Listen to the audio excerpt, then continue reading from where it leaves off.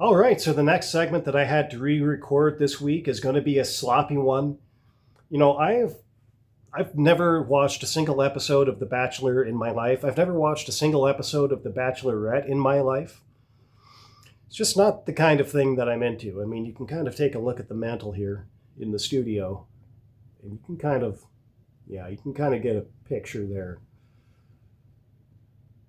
You can get an idea of the kind of stuff that I'm into, and yeah, that just absolutely isn't it.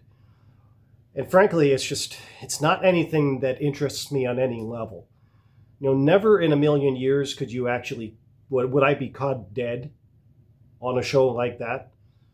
I mean, I think I can kind of understand maybe some guys, kind of think to themselves the idea of like a couple dozen beautiful women, coming to some mansion to so you can date all of them and then just pick the one that you want at the end of the season. I think maybe I can understand why that might appeal. But the whole idea of, say, being a contestant on The Bachelorette and being one of like 2 dozen guys, you're going to go to a mansion and you're going to try to date a girl who's also dating like this dozen or 2 dozen or God knows how many guys it is, at the same time as she's dating you. Ooh, that sounds a little cuckish. Like that is definitely that suspect, but not nearly as suspect as the vetting on that show because, well, ABC just got a $100 million hole blown in its hull by way of having to shelve the upcoming season of The Bachelorette because, well, it turns out that The Bachelorette this year is a bit of a lunatic. So, The Bachelorette for this God knows which season of this show it is a woman by the name of Tailor Frankie Paul. Tailor Frankie Paul? Yeah, no, that's right. Tailor Frankie Paul. Uh, Sounds like a Quebecois hockey player from Shoresy, if you ask me. But this was the woman that they chose this year. And it turns out that she came with an awful lot of baggage. And the thing that eventually did in this show and cost ABC this $100 million is a very graphic case of domestic abuse. It sounds like ABC and the show's producers had to have known about it because the extent to which they vet all of the contestants on the show, all of the participants on the show. Of course, the I guess would it be fair to say the star of each season of the show? The amount of work that goes into that. I mean, there was just it's pretty much been said that there's almost no way that they could not have known about this, and they still decided that they were going to go forward with it. And while the more that you dig into that, the juicier that it does get, what I'm actually kind of keeping my own eyes on personally is I'm more keeping my eyes on the show's producers. Because to me, this whole situation, it just kind of feels like karma. Now, in particular, to me, it feels like karma for what they did to a contestant on The Bachelor all the way back in 2021, a woman by the name of Rachael Kirkconnel. Now, for anyone who, for any reason, might have forgotten who Rachael Kirkconnel is, she was a woman who was on The Bachelor in 2021. Now, in 2021, The Bachelor was a man by the name of Matt James. He was actually the first Bachelor in the shows, I think, if I remember hearing this right. I think it was like the 25th season of the show at that point, which is crazy. I don't understand how that show could have 25 seasons today, let alone have been in its 25th season in 2021. Uh, something is not mathing there for me. I'm pretty sure that show was not actually 31 years old, but damn, I don't know. I could be mistaken. I don't really pay that close attention to this thing. But that story did kind of jump out of me at that year, and I actually did cover that on a very early episode of this podcast. And so the story, I'm just going to repeat this real quick, rather as quick as I can. So a woman by the name of Rachael Kirkconnel, she went all the way that year and she won the hand of Matt James, in this bizarre competition. This kind of, I don't know, does cuckoldry apply to women? because he kind of feels that way. But the woman that he chose at the end of that season was a woman by the name of Rachael Kirkconnel.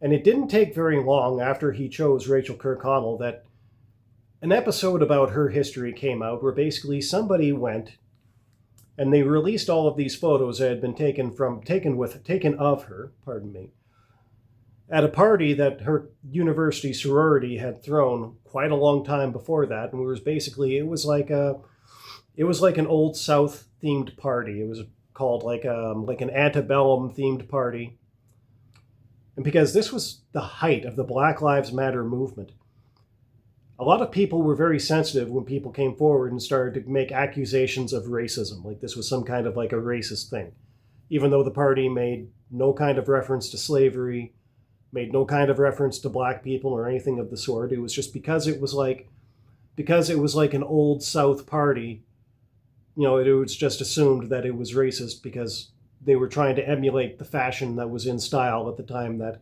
that slavery was a thing in the southern U.S. I think that you can consider these two things separate from each other. And so then a tremendous amount of pressure came to bear on Matt James, and eventually he broke off the relationship. Just kind of said, can't do it, don't really want to do it.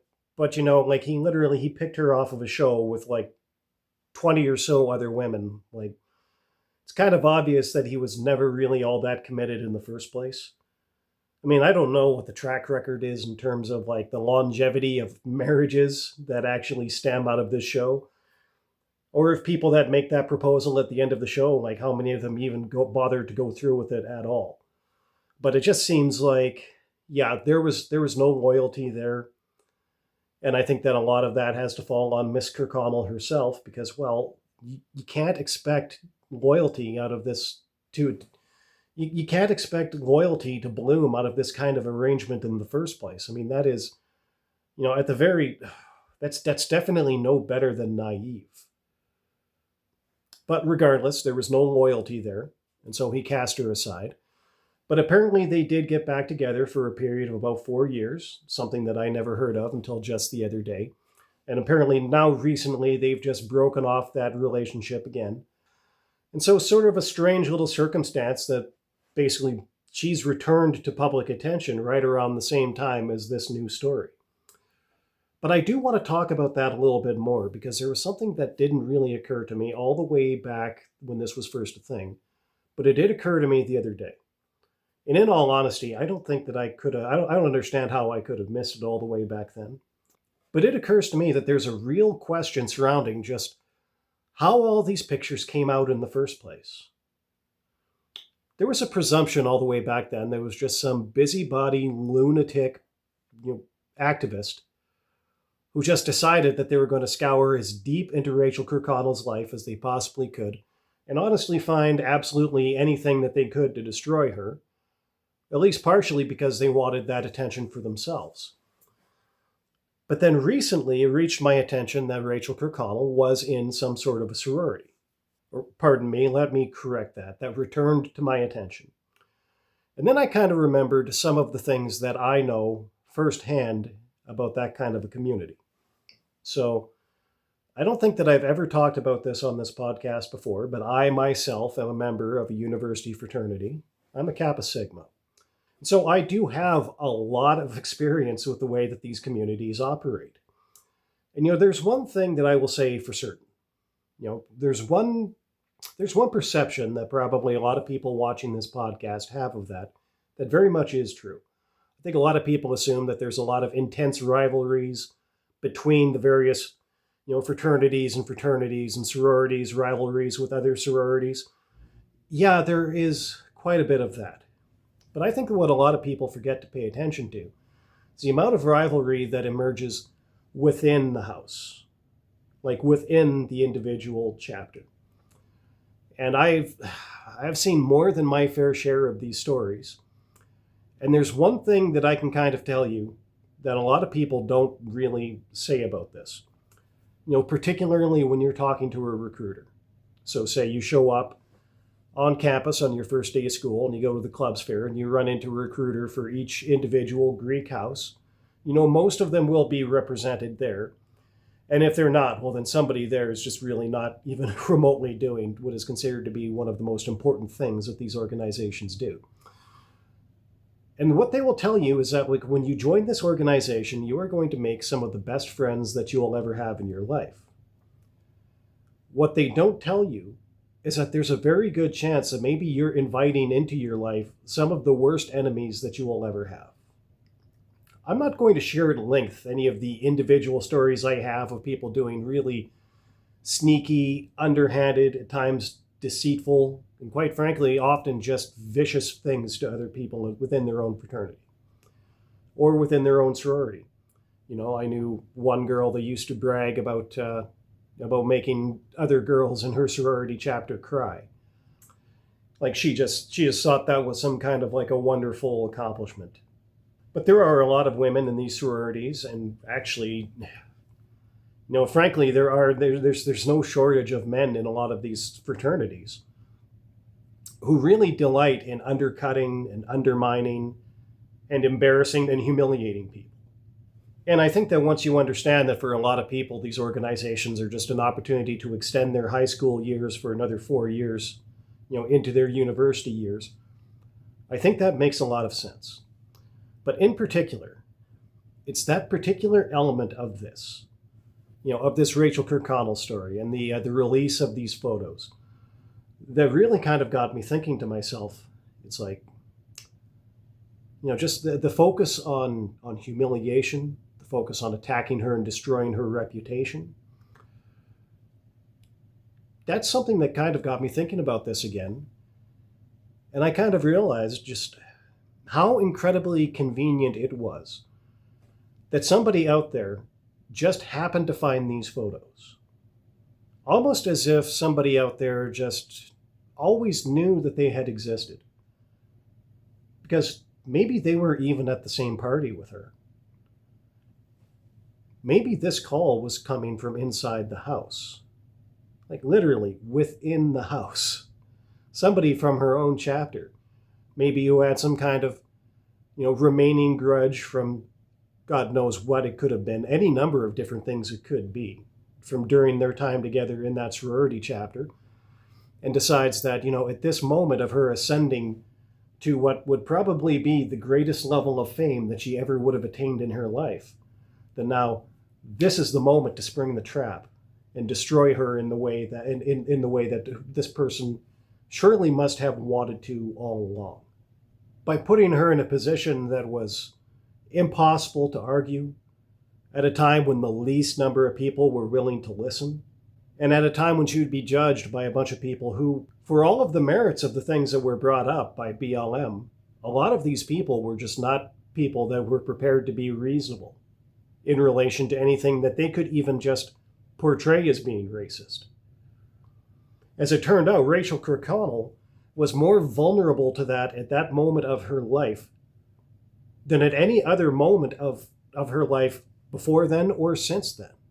And it seems to me like somebody out there really knew how to take advantage of that and attack her in a theater that is fundamentally unreasonable and, in all honesty, was designed to be completely unfair. And just by remaining anonymous and just allowing all of these other people to do their dirty work for them, this person was able to do that from a position of an incredible advantage. And again, I can tell you from my considerable And again,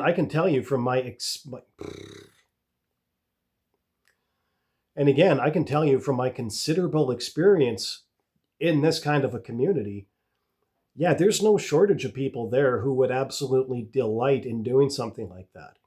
Even years later, even years after they had graduated from university and moved on from the fraternity chapter or the sorority chapter, supposed to have moved on with the rest of their lives, they can still be at this several years later. Now, it's nothing like what these organizations purport themselves to be like. It's nothing like what any organization made up of people who ostensibly are supposed to be adults are supposed to be like. But if you've never been part of an organization like this, I think that you might actually find yourself shocked at how not uncommon it actually is. arguably, I think maybe might not even be unfair to say that it's actually quite common. Now, I don't know very much at all about Rachael Kirkconnel. I don't know what kind of person she is, really. She did go onto a reality TV show, ostensibly trying to find love, but trying to do so under circumstances that just were bound to breed disloyalty rather than loyalty. There's a lot that you can say about her. I don't necessarily know what kind of person she is. But I do kind of feel like you have to presume that at the very least she deserves better than that. Because really, who doesn't?